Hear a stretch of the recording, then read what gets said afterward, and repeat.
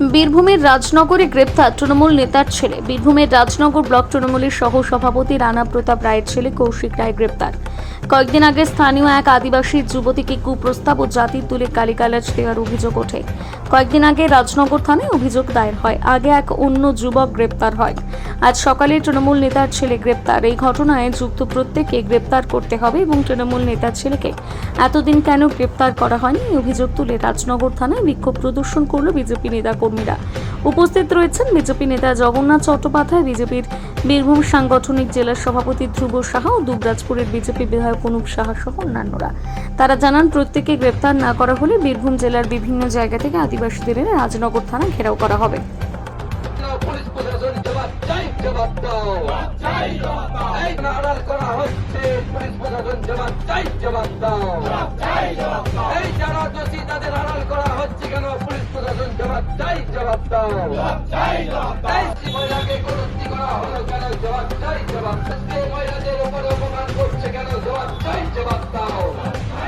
দিকে দিকে মহিলারা নির্যাতন হচ্ছে কেন? পুলিশ প্রশাসন জবাব চাই, জবাব দাও। যারা আজকে দোষী তাদের গ্রেপ্তার করা হচ্ছে না কেন? রাজনগর থানার পুলিশ প্রশাসন জবাব চাই, জবাব দাও। দোষীদের দৃষ্টান্তমূলক শাস্তির দাবি জবাব চাই, জবাব।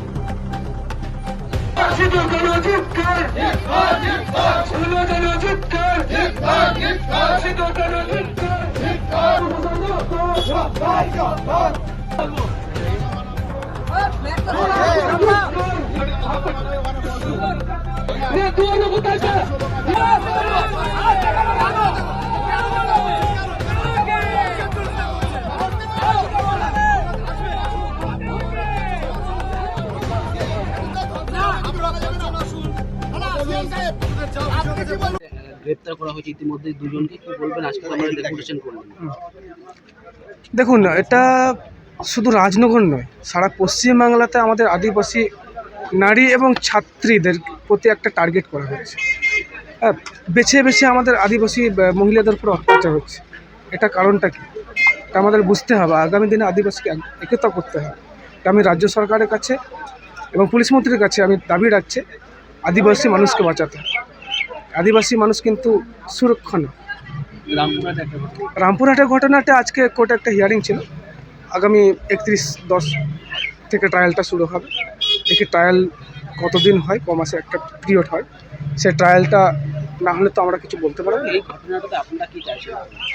যেহেতু এই রাজনগরে যে ঘটনাটা, আমাদের আদিবাসী আমার দুটো বোন, ওরা টিউশনে যাচ্ছিল এবং টিউশন থেকে ফেরার সময় তৃণমূলের রাজনগর ব্লকের সহসভাপতি রানা প্রতাপ সিং, তার ছেলে কৌশিক রায়, আমাদের ওই দুটো বাচ্চা মেয়েকে একবার ধর্ষণের মতো অবস্থায় একটা কুপ্রস্তাব দেওয়া হয়েছিল। সেখানে চিৎকার চেঁচিমেচি করে এবং সেখান থেকে ছুটে পালানো, নাহলে তাদের প্রতিও মানে কিছু একটা ঘটনা হয়ে যাওয়ার একটা পরিকল্পনা ছিল। তো আমি পুলিশ প্রশাসনকে ধন্যবাদ দেব। দুজন আসামিকে ধরা হয়েছে এবং তারা যাতে যথারীতি শাস্তি পায়, এটা আমি পুলিশ প্রশাসনকে দাবি করি। আমার নাম সুনীল মুর্মু। বলছি ডেপুটেশন দেখুন, আপনারা জানেন যে গত 24 তারিখ রাজনগর থানা এলাকায় দুই আদিবাসী মহিলা, রাজনগর কলেজের ছাত্রী, 21 বছর বয়স, তারা টিউশন নিয়ে, কোচিং নিয়ে গ্রামে ফিরছিল। মাঝ রাস্তায় তৃণমূলের এখানকার ব্লকের একজন নেতা, সেই নেতা তার ছেলের নেতৃত্বে আরও 3-4 জন তাদের রাস্তা আটকে দাঁড়ায়, তাদের সঙ্গে অসভ্যতা করে, তাদেরকে যৌন হেনস্থা করে। তার প্রতিবাদে সেই মহিলা যখন বাড়িতে গিয়ে তার সে কথা জানায়, পরিবারের তরফ থেকে অভিযোগ জানানো হয়, কিন্তু তৃণমূলের নেতা বলে পুলিশ প্রশাসন সক্রিয় ছিল না, ঘটনাটি ধামাচাপা দেওয়ার চেষ্টা করে। ভারতীয় জনতা পার্টি এই বিষয়ে জানার সঙ্গে সঙ্গে এই বিষয়ে সক্রিয় হয়, উদ্যোগী হয়। আমাদের আদিবাসী মোর্চার যারা নেতা, তারা সক্রিয় হয়ে সেই গ্রামের লোককে সংগঠিত করে আমাদের তাদের আইনি সহায়তা দিয়ে তাদেরকে আমরা SC/ST অ্যাট্রোসিটি অ্যাক্ট এবং যৌন হেনস্থা করার জন্য মামলা করি। তারপরেও পুলিশ অন্য একজনকে গ্রেপ্তার করে, তৃণমূল নেতার ছেলেকে গ্রেপ্তার করে না।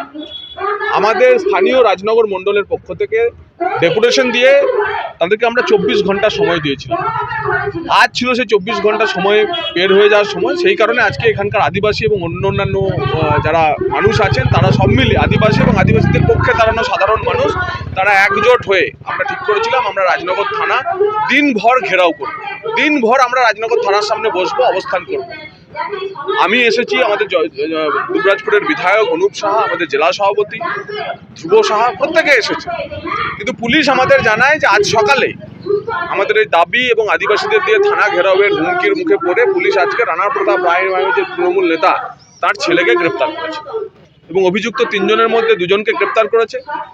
জুডিশিয়াল স্টেটমেন্ট রেকর্ড, মানে যেটাকে 164 যারা পুরনো আইপিসিতে বলতো, সেই জুডিশিয়াল স্টেটমেন্ট রেকর্ডের জন্য ইতিমধ্যে মেয়ের 2টিকে পাঠানো হয়েছে, ভিডিও রেকর্ডিং করা হয়েছে। কিন্তু আমাদের বক্তব্য, আমরা যা আরও খবর পাচ্ছি যে শুধুমাত্র অভিযুক্তদের গ্রেপ্তার করলে শেষ হবে না, এর পিছনে বৃহত্তর ষড়যন্ত্র আছে। আমরা যা খবর পাচ্ছি, এই ব্লকের সবচেয়ে বড় তৃণমূলের যিনি নেতা, তাঁর বাড়িতেই নাকি ওই ছেলেটি লুকিয়েছিল গত 3 দিন 4 দিন ধরে।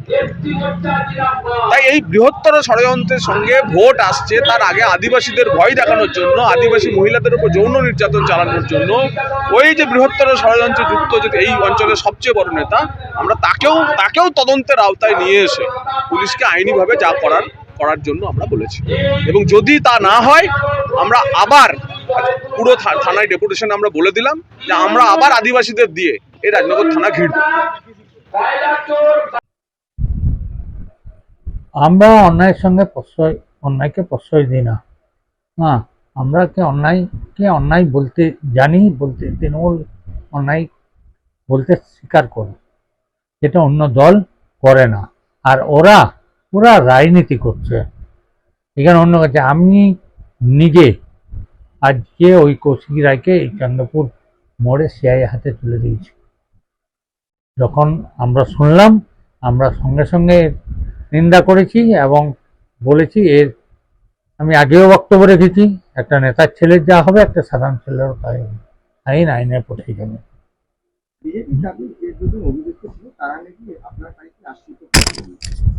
সম্পূর্ণ মিথ্যা কথা। ঝাড়খণ্ডের ছিল, আমি খোঁজ করে ওকে আনা করিয়েছি, এসেছে, আমি সিআইকে ডেকে তুলে দিয়েছি।